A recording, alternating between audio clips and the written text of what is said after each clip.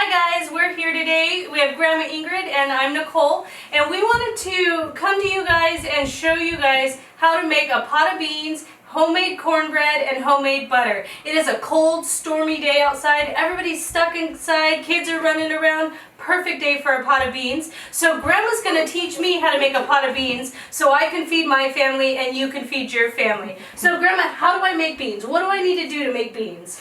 Well, it depends if you planned ahead or not, and you knew that the weather was going to be cold and stormy.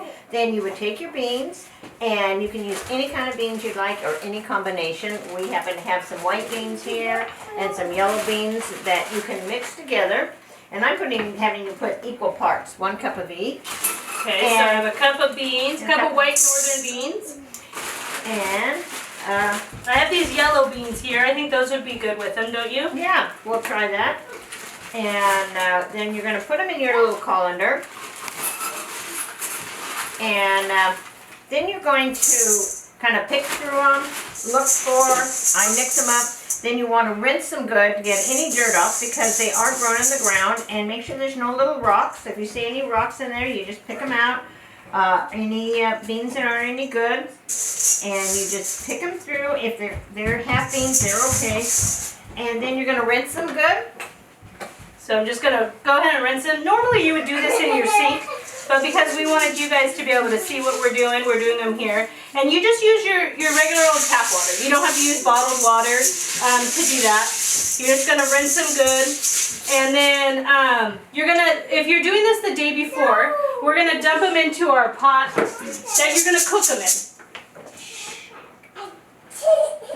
So we're just going to take and dump these in. And we'll get rid of this. And if you're going to soak them overnight, I still salt them. So you would put in 2 tablespoons of salt.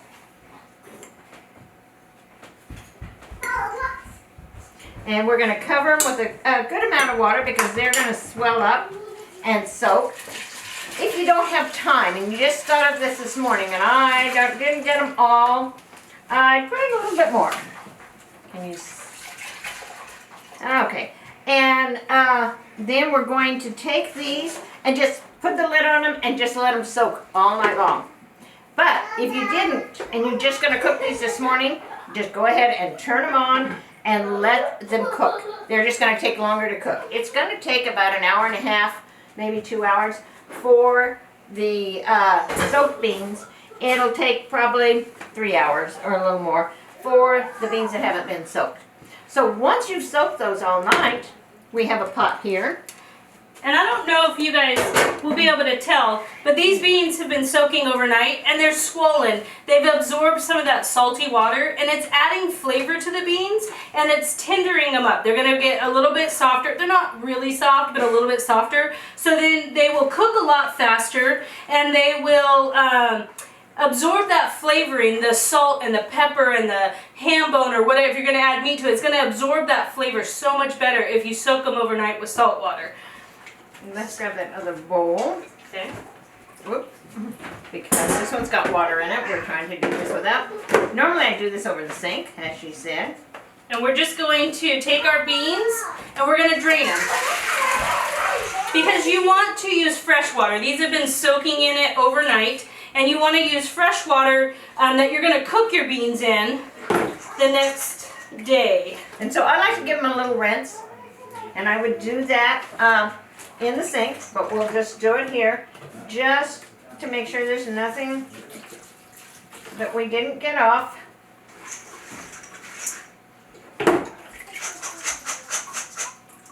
So now we're going to take these beans and set them aside for a second. I'm going to move this water.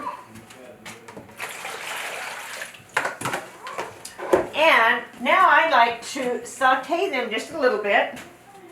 And we're going to put just about a tablespoon of oil in the bottom of our pan, and we're going to saute up 1 onion and a few garlic cloves. Now, if you like a lot of garlic, add more garlic. If you like a lot of onion, add a bunch. If you don't like either, you're making your own beans, so you don't have to add any of them. So I'm going to add this on there. I'm gonna add, let these saute up just a little bit. Now, you don't want to add your garlic right away because garlic will burn really fast. So you want to saute your onions up a little bit and then add your garlic in once your onions have started going. Or you can put them on top of your onions, but you have to really pay close attention to them because any of those little tiny pieces of garlic are going to burn on the bottom of your pan. So we're just going to saute these up a little bit. What you're going to do when you're making beans, you're going to enjoy yourself. Because it takes a little bit of time. It's not a quick box of mac and cheese. You can't just throw it on and it's done. It's going to take a little bit of time, but it's worth every amount of time it takes to make them. My mom's been making beans my whole life. It's a total comfort food for me. And right now, we could all use a little bit of comfort, right? So we want to have that comfort food, that down home, and you know you're feeding your family really good. Beans are one of those perfect foods. They have that protein in them, and they're just are going to really fill your belly up. You guys are going to probably take a little nap on the couch after you eat your bowl of beans. And we like to make beans starting earlier in the morning because then we can eat them all day long. You eat a little bowl here, a little bowl there. So you want to think about that. If you're going to just eat them for dinner, then you could start them later, but they will take some time to cook and to make. So you want to plan ahead of time. You don't want to start 30 minutes before dinner. You want to start, how long do you think, Mom? Oh, at least by noon, so they're done. And then you can, it brings us to, if you're going to have them for dinner, if you want more meat, more protein in them, beans are the perfect protein food. So you really don't have to have meat, but I like the flavor of some. And the fact that you can use any kind of meat in them that you like, or you can make them completely vegetarian, is up to you. It's a great time to start going through the freezer, and I happen to have this smoked neck bone. It's just a smoked neck bone. This thing weighs, what's it weigh?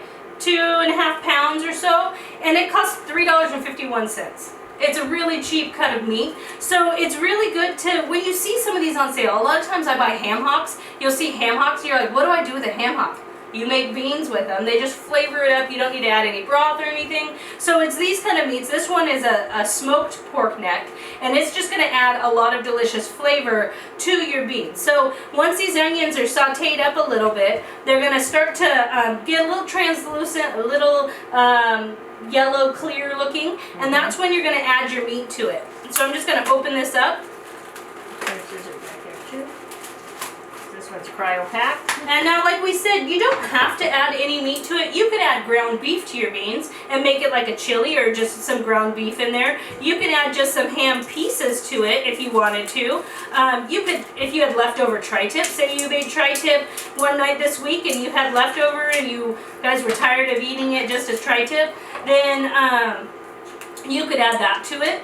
You never know how tricky these are to get into, but they're a little cryo-packed guy.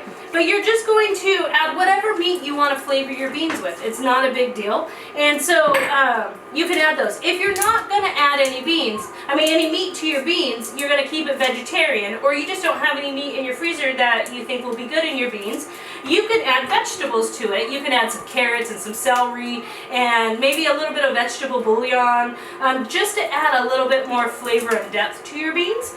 You can always salt and pepper and garlic in. How to open it. There's a knife right there, might be easier.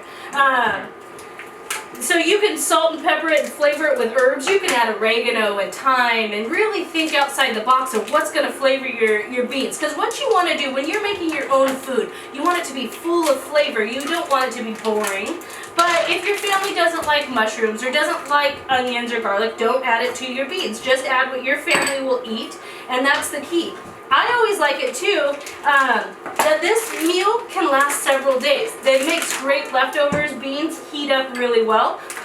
So it's a great meal that can last several days. Or if you make just a small pot, it'll be one meal. So I'm going to add this meat here to my onions. And you don't have to actually saute your onions if you don't want to, because they're going to cook in the boiling broth from the beans. Because you're going to cover them with water and cook them. Now we put our meat in here. You don't have to cook it up or anything like that. We're just going to add This is a smoked, and it's done. We're going to add our beans straight to the pot. And you can see it's a full pot. So you want to make sure you have a big enough pot for the amount of food you're going to do. If you only have a little pot, you're going to have to cut down on the amount of beans you add to it. You may want to do just a 1/4 cup of beans or something like that of each kind of bean, not a full cup, because you want it to give it room, because these beans are going to swell up even more in your pot as they cook. So you want to add water to cover it. And it's going to be probably, for this recipe, for 2 cups of beans, it's going to be about probably 8 cups of water. And like I said, you want to use the water that is what you drink. You can use your tap water if that's what you drink. You can use your RO system water. But you're going to add that straight to your pot. You're going to turn your pot on high. And I'm just going to let this come to a boil. And then you're going to turn it down and simmer it till they're done. Now these aren't going to take as long as the raw beans that we've got soaking.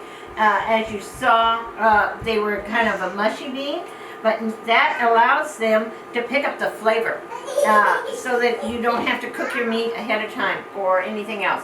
So we can add a little salt and pepper here, but after it starts getting done, you really want to do it to taste. And so we're going to take these and cook them, and when they're done, we're going to enjoy a nice bowl of beans. So that's how you make beans. It's a really easy meal, and it goes a long way, feeds a lot of people. But I have to say, every time I make beans or I make soup, I always have to get a bigger pot. So start with a big pot, not just your little saucepan, because you will want to add more to it. And so you want a big enough pot. I can't stress that enough. It depends if you like soupy beans, you want bean soup, or if you want a chili that's nice and thick that you can use a chip in, or you want to sop up your bread in this, or that's all personal preference. You can add more water as you go when you see it, especially if they're not soaked. You might not guess the right amount of water, just add some more. It'll pick up that flavor real easy. Now, Mom, do I put the lid on or leave the lid off? I put the lid on so that it will come to a boil quicker. Okay, and if you leave the lid on, it will stay really watery, right? Yes. And if you want them thicker and you take the lid off after it boils and it boils away, it reduces down. And that's how you get the beans thicker. If you think you have too much water in it, take your lid off and let it cook. Now, what if I forgot to put my lid on and my beans are getting dry? There's not very much water left. What do? Did I ruin my beans? No, you just add more water to it. You just don't let it boil completely dry. All right. So next, Mom, can you show me how to make some butter? Because I've gone to the store shelves are empty right now, and I couldn't find any butter. How can I make butter? Well, I happen to have heavy cream here that I always keep in the house for anything we decide we want to make. And so we can make butter really fast, and it's a great tool to use for your kids, is to let them make butter as well. And we're going to use this little tool here.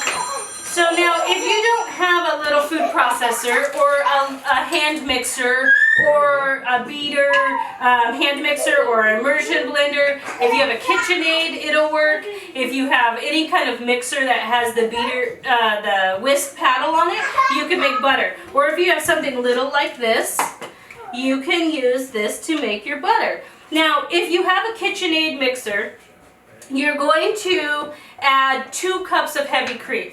And the reason why we always say use 2 cups of heavy cream is because that's how deep it has to be for the beater to reach the cream. Now, I'm using this, so I can add as little or as much as I want, depending on how much butter I want. So I'm just going to pour it straight in here, because I don't have to have 2 cups, because it's going to have that beater thingy in there already, and it's going to mix it all up itself.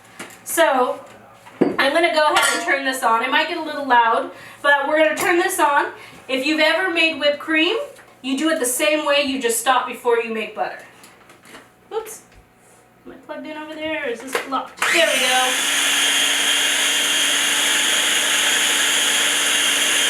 Now, if you don't have one of these things, but you have one of your kids who are stuck at home with you, you can involve them in this process. Harper, what do you got in your hand? Heavy whipping cream. So she has a jar with heavy whipping cream in it, and what are you going to do with that to make it into butter? All right, let's get shaken. Let's see who can win.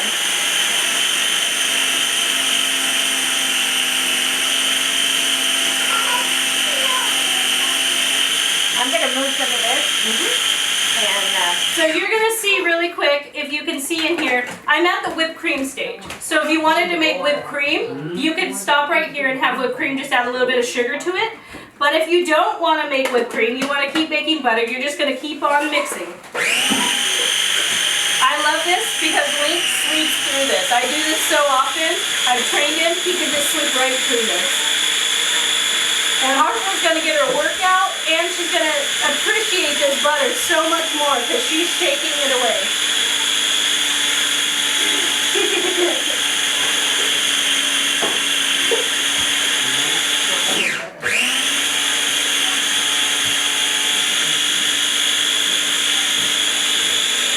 Harper, can you go get me a spatula, please? Thank you.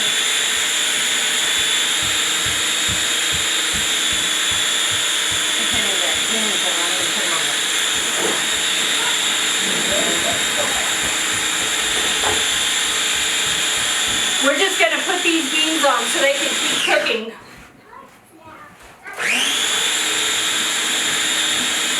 Now, making your own butter takes a little bit. If you use a KitchenAid, it takes about 10 minutes.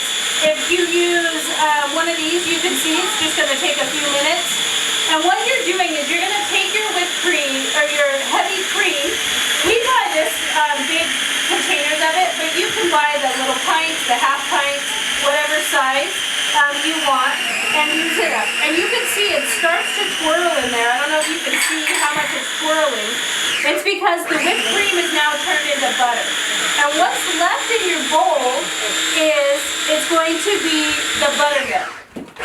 Now, you can't use this buttermilk to make anything that needs a cultured buttermilk, but you can use it to flavor your pancakes with, your bread, anything like that. So save it. Don't throw anything away, because in this time, you can use it for your pancakes tomorrow morning. So I'm going to show you guys. I have butter in here, just in my little jar here. Harper, do you have butter yet? Let's take that lid off. Let's see. Oh, Harper, do you have butter in there? Yeah. She's got butter in there. So what you're going to do is you're going to rinse your butter. Now, you can use just your sink and do it. You want to turn your water on cold, because if you don't have cold water, your butter's going to melt. And if your hands are really hot, it also will melt your butter. So what you're going to do is you're going to take your butter. This is all the buttermilk right here. Save that for later.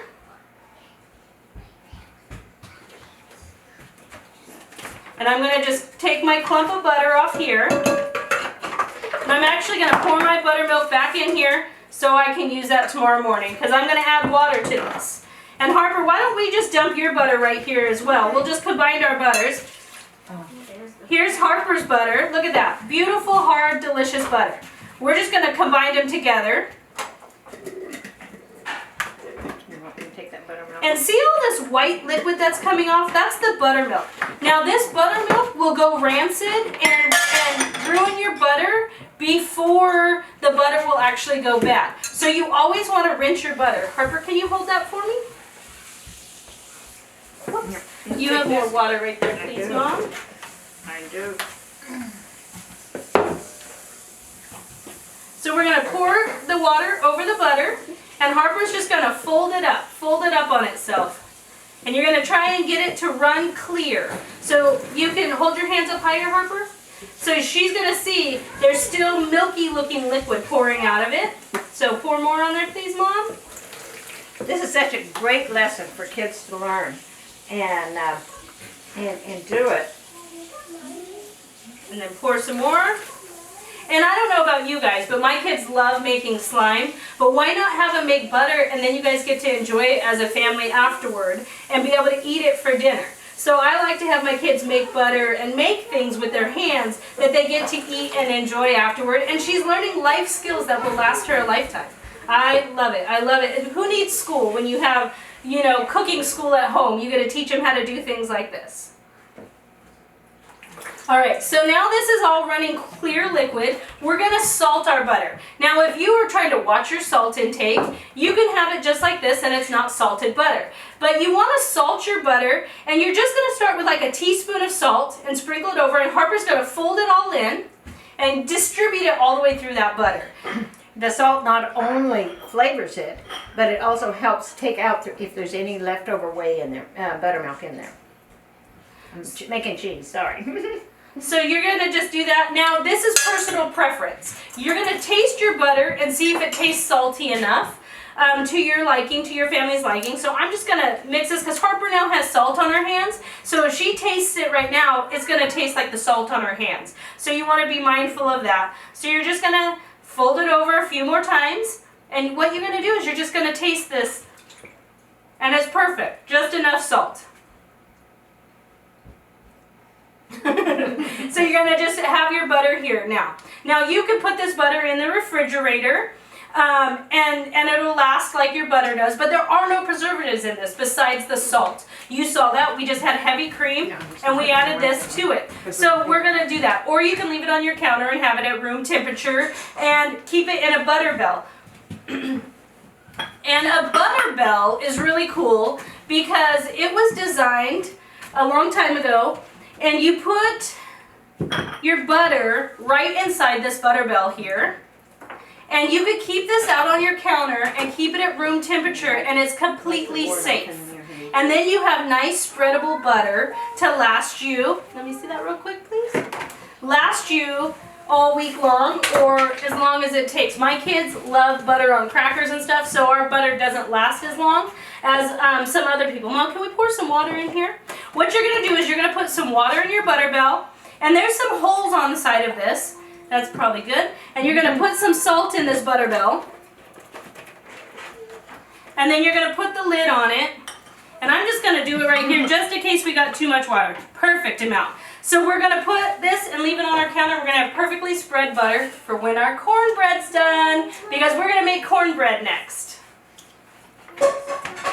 So how many of you guys eat beans and you want that delicious bread, but right now you're staying in your house, you're not venturing out? Well, you can make cornbread yourself at home really easily. Grandma's been making this recipe for probably, don't want to age myself, but I would say 20 years, no, 40 years, probably more. She's been married to Papa, as you guys know, for 52 years, and she's been making cornbread all that time. And cornbread is one of those things that's delicious, comforting, and really easy to make. So what do I need, Mom? Well, first of all, I want you to measure that flour correctly and show them how you're going to measure. You're Alright, going to so I have my crock of flour here. Now some of you guys might have just gone to the store and bought some flour, and what we're using is just all-purpose flour. It doesn't matter what brand or anything like that, just all-purpose flour, and it's going to go in the measuring cup. And you see I'm using a scoop. I'm putting it inside this measuring cup,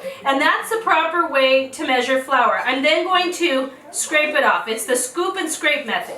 Okay, so that's 1 cup of flour. If I was to pack this in and add more flour to it, it's not going to be 1 cup of flour. I'm going to have like 1.5 cups of flour. So you always want to scoop with a different little tool and scrape it off to make your 1 cup. So I'm going to put my 1 cup in this measuring cup. You're going to put equal parts flour and cornmeal. Now we have here yellow cornmeal. And this is the kind that we buy. It just comes in a box like this. You can buy any kind of cornmeal. It doesn't really matter. We always have yellow cornmeal sitting on the shelf. And so we use it for this cornbread here. And you're going to see how fast and easy this is. So you don't need those little jiffy things that they have. The box of them. Because this is so versatile. And you can double, triple, whatever you want. So I have my 1 cup of cornmeal. It's going to go in there. And then you're going to take, and this is 4 teaspoons of baking powder that you're going to add to this. So we have our baking powder, we have our teaspoon. We're going to also scoop and scrape it off. 1, 2, 3, 4. Okay. And I'm adding a little sugar. I don't like sweet cornbread, but I do like it nice and golden brown. And so the sugar helps to make it golden brown. So I'm only putting 2 tablespoons of sugar in there. And I'm going to give this a little mixy. You want to get all those dry ingredients mixed together so you don't have a clump of soda sitting there. You don't have, it all separate. You want it all mixed together. And Grandma's going to tell us we don't want to overmix our eggs. So we're doing dry ingredients separate from wet. Now, you'll see Grandma's secret ingredient is she likes to add a little bit of instant dry milk, powdered milk to her cornbread. Completely optional, you don't have to. It just adds a little extra kick, a little extra flavor, and a little extra protein to your meal. And now this you can scoop and just put in, and that's a half a cup of dry milk. And most dry milk you go to buy is non-fat. That's what we use, it's non-fat, it's what you can find. It's okay that it's non-fat. So we have all of our dry ingredients in there. And so then I go and I mix my wet ingredients. And I have a wet measuring cup here. That's what this kind is. The Versus kind that the has dry. the lines on it that you can see is actually to measure liquid ingredients in. These ones are only used for dry ingredients. If you try and measure liquid in here, it's going to topple all over and you're not going to be able to see if you have it straight across. Okay, I have 1 cup of milk and I want a 1/4 cup of oil. A 1/4 cup is 4 tablespoons, in case you didn't know. And then I'm going to put 2 eggs. As we're making this cornbread, you want to actually have your oven on and you want to put your cast iron pan in the oven while you're making your batter, because the secret to Grandma's cornbread is to put your ingredients, all your mixture, your batter, into a really hot cast iron pan. So we have our cast iron pan in the oven right now. But I forgot to put my salt. I do want a little salt. So we can mix that. So we're going to mix this in there again, and we're going to have our hot screaming pan, and right after you take it out of the oven, you're going to add in, what do you say, Mom, a tablespoon? Maybe 2 tablespoons. 2 tablespoons of butter in the bottom of your pan, and you're going to swirl your pan around a little bit so that butter can start getting your pan all coated with the grease. And you're going to hear, it is screaming hot pan, because you want your cornbread to be nice and toasty and brown. Here, I can stir this, Mom. You want to get your pan out of the oven. And you don't want to over mix this. You just want to mix it enough that your dry ingredients are wet, because if you over mix it, you're going to have a dense cornbread. So you can see I just mixed it so it's not wet. My pan is super hot, and I'm going to pour my batter straight into my pan.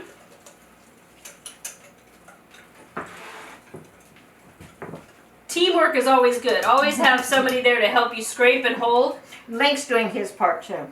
He's sleeping. Now you just want to remember, this pan is so hot, so always keep your pot holder on your handle so you don't have that mom moment where you reach down and grab it, or that moment where you just grab your hot pan. Okay, I'm putting this back in Can my... you tilt it up a tiny bit so they can see? It's starting to cook around the edges a little bit. Yeah, I'm putting this back in my 400-degree oven, and it will be done in 25 minutes. So we're going to set the timer for 25 minutes, and we might check it and rotate it in the middle, but you're going to then pull your cornbread out. Now, we have our cornbread here. We do a little bit of magic of TV for you guys, but we have our cornbread here. The way you tell if your cornbread is done, you're going to take a knife. It doesn't have to be a scary knife like this, just a butter knife works. And you're going to stick it right in the middle, and if you pull it out and it comes out clean, there's no batter stuck on it, your cornbread is done. It should take 25 minutes. Then what you're going to do is take some of this nice fresh homemade butter, and you're going to put it right on top. Use your finger, Mom. Scoop it out. You're going to put it right on top of that cornbread, and it's going to melt from that heat, and it's going to ooze and drip all down that cornbread and make a delicious, delicious meal. And then you're going to slice a piece, get that hot bowl of beans, sit down with your family, and enjoy a delicious homemade meal. We're so glad you guys came and joined us and learned how to make beans with us.